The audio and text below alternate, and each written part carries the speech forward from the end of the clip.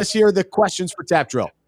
All right, boys. Tap drill on deck. First tap. We got some people actually on their way out of the business. A couple of them we're going to get into. First off, Kenny Mayne, after being with ESPN for close to 30 years, I believe, if I'm not mistaken, he was with ESPN, then he left, and then he came back. And so now he's calling it quits at ESPN after almost 30 years. You could see his article on yahoo.com. So my question to you boys is, who is your favorite ESPN personality? So I grew up in the Kenny Mayne, Dan Patrick, Keith Olbermann, Rich Eisen, Stuart Scott era. So those are the GOATs, and my favorite is Dan Patrick. So I still listen to his radio show as many mornings as I can, even though I disagree with him on Tim Duncan today. DP is still my favorite anchor, but I love Kenny Mayne. I'm sad to see him go. I was watching him on SportsCenter this morning, and his style is so unique. And I will say that Neil Everett has been able to carry that torch a little bit, kind of being the dry, sarcastic sports anchor or SportsCenter anchor. And so, but Kenny he's the best. I'm fascinated to see where he'll end up next, because I don't know. I still think he's still an anchor. Like I don't see him hosting a show. I don't know what else he'll do. He's done some acting and he does commercials and all that, which he's fantastic at. So I listened to him on my way to the beach. I listened to an interview he did with Dan Le Batard. It was great. So I'm all in. So I grew up after the Dan Patrick era on SportsCenter. So I missed it completely. So we talked about it a few weeks ago. So I went back recently and watched clips of the Dan Patrick SportsCenter, which was awesome. But good for you. So my answer is twofold. One, I've always loved the Neil Everett Stan Verrett duo. I think they're so good together. But the favorite is gotta be Stuart Scott.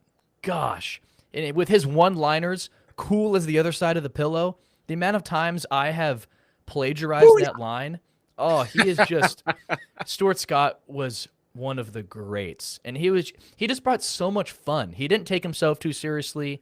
He brought fun and life into the job. He wasn't Mr. Cocky guy, Mr. Prideful guy, Mr. I'm Big Shot SportsCenter guy. It's, hey, I'm Stuart Scott.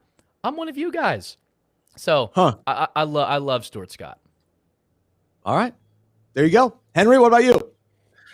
I'm with Luke. My favorite ESPN personality has got to be Stu Scott. God rest his soul. And always when he includes the quote unquote family members, the Ray Pookie and them, I love those. He was. I've never I'm like, okay, I'm gonna tune in for the SportsCenter top 10, get my sports on. But I would find myself feel like leaving a comedy show. It was just such a great blend of comedy and sports. Oh, he was just the best. He's up there for sure. He was one of my favorites growing up too. I liked Rich Eisen. He didn't stay there very long, but I liked Rich Eisen as well. Yeah. All right, Henry, what's next? Next tap, another TV great that's retiring is Marv Albert. He currently works the NBA on TNT. He's going to be retiring after the Eastern Conference Finals because TNT has the Eastern Conference playoffs. So my question to you boys is, as far as NBA goes, who do you like to hear on the broadcast the most? Me personally, it's my guy from MSG. It's Hall of Famer, newly crowned Hall of Famer, Mike Breen. Yes!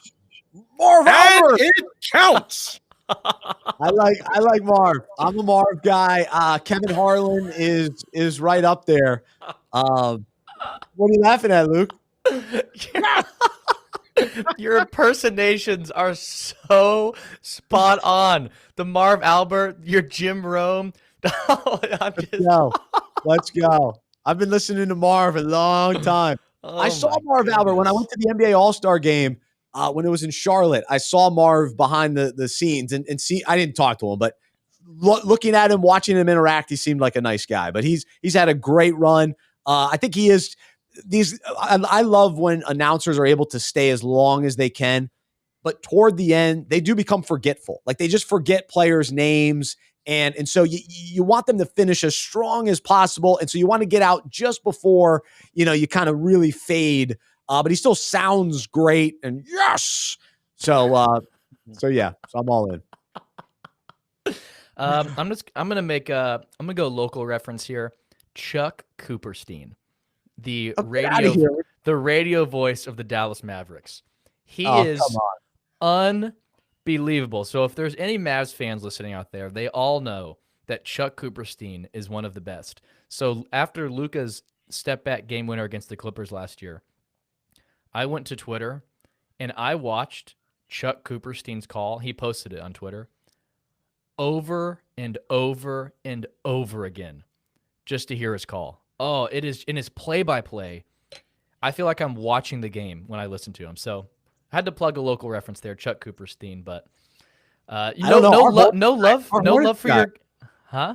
Eric the Collins. Hornets guy. Yes, the Hornets guy.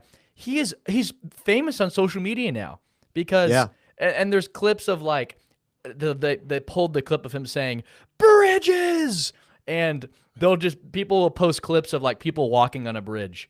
And then they'll play that clip over it. And he's becoming famous because he's so enthusiastic. He is absolutely incredible. His energy is unbelievable. No, he's very good. But Henry, I like Mike Breen as well. He puts it in. Bang! Yes! Bang! Oh yeah, he's bang. Sorry, I'm going back to Marv. You went to Marv Albert. Bang! I went back. Bang! Bang! Some of the greatest New York Knicks calls have been when Mike Breen has been at MSG. But Bryce, to your point, Kevin Harlan is really up there too. I don't know if you guys can YouTube it, but YouTube and it's not basketball, but YouTube the call that he made, and Luke would know about this. Between the game where he got the game with the Giants and the Cowboys at MetLife Stadium, and the cat ran through MetLife Stadium. Funny. It was hilarious. I will say, Gus Johnson, there's a clip of Jamal Crawford hitting this absurd shot a long time ago, and Gus Johnson's call is breathtaking. It is unbelievable. Oh, we miss Gus. We do miss Gus. We miss Gus. Oh my God. We got to come back to him in a future one. Next topic. We're gonna go to your guys' favorite sport, golf, and a gentleman by the name of Michael Cann. Now, why is Michael Cann important? Because he did what only a dozen guys have done on any golf course in any PGA tournament.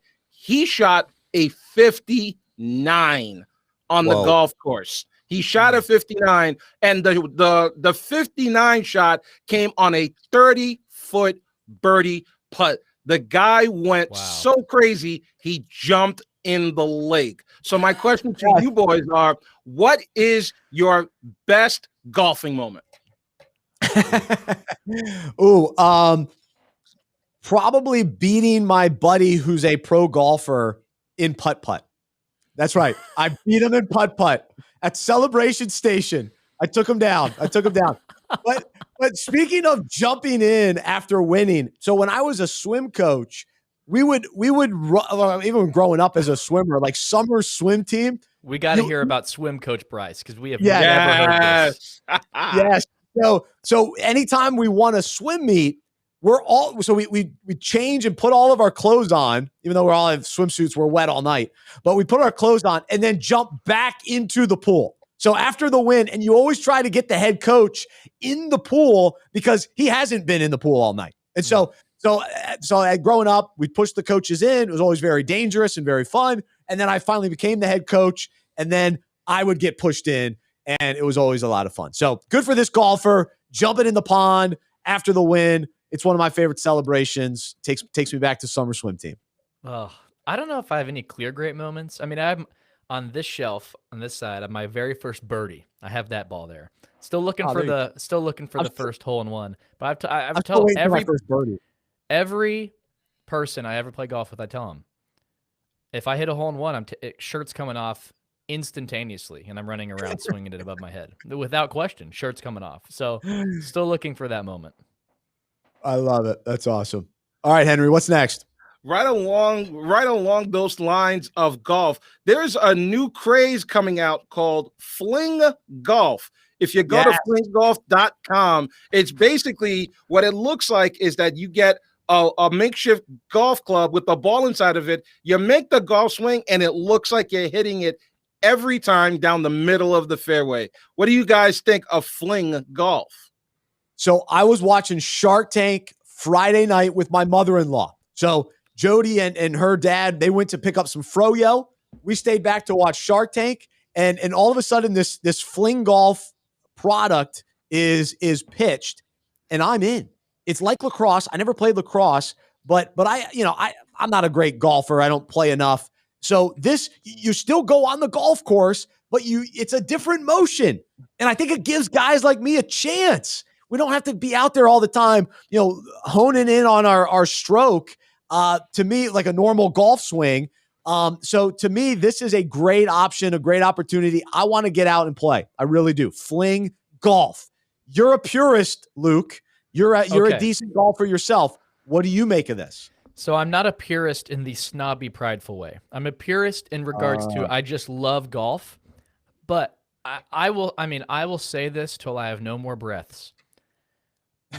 I am all for golf being more like bring down the walls and obstacles into getting into golf. Make golf accessible for the fan.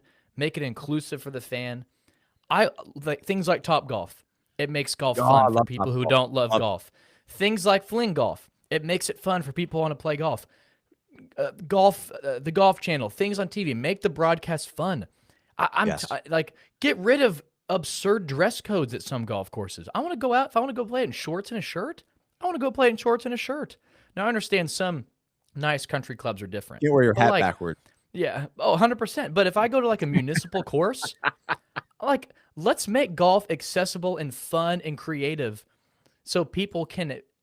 Right now, golf seems so inaccessible for people. Oh, well, I don't want to go play golf and swing clubs and pay all this money, and it's not fun, and it's long. It's 5 hours. And no, let's make golf fun. Let's be creative. I want golf to continue doing stuff like this. I'm all for it. I don't agree with the purists who are like, oh, we got to protect the game. Oh, golf can't change it all. We got to protect the game. Like, no, you don't. Golf is going to die if you do that. Like, the fact that golf is so popular is because of Tiger Woods.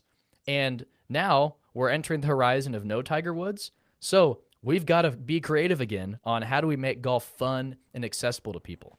So we can't ride Tiger Woods forever. Well, true. And so that's like a whole nother topic, because the idea of Fling Golf, it's technically a completely different sport, really.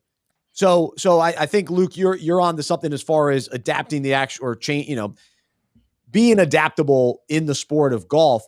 This almost takes it jumps the shark a little bit further to, I don't think this fits into a normal round of golf. You know what I mean? So like what you're talking about, what I've always wanted to try is the speed golf, where you just run to the next hole.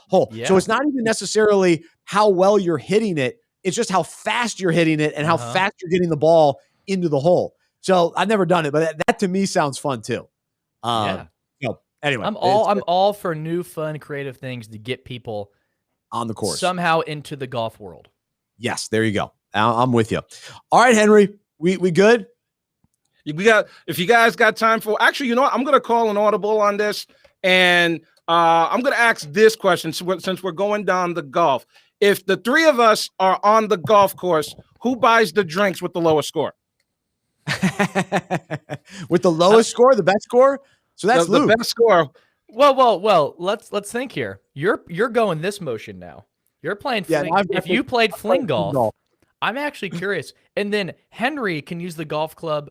We can all do 30 things. Henry can use a golf club that's like a cannon. You just set the club and it shoots out something out of the face and it launches the ball.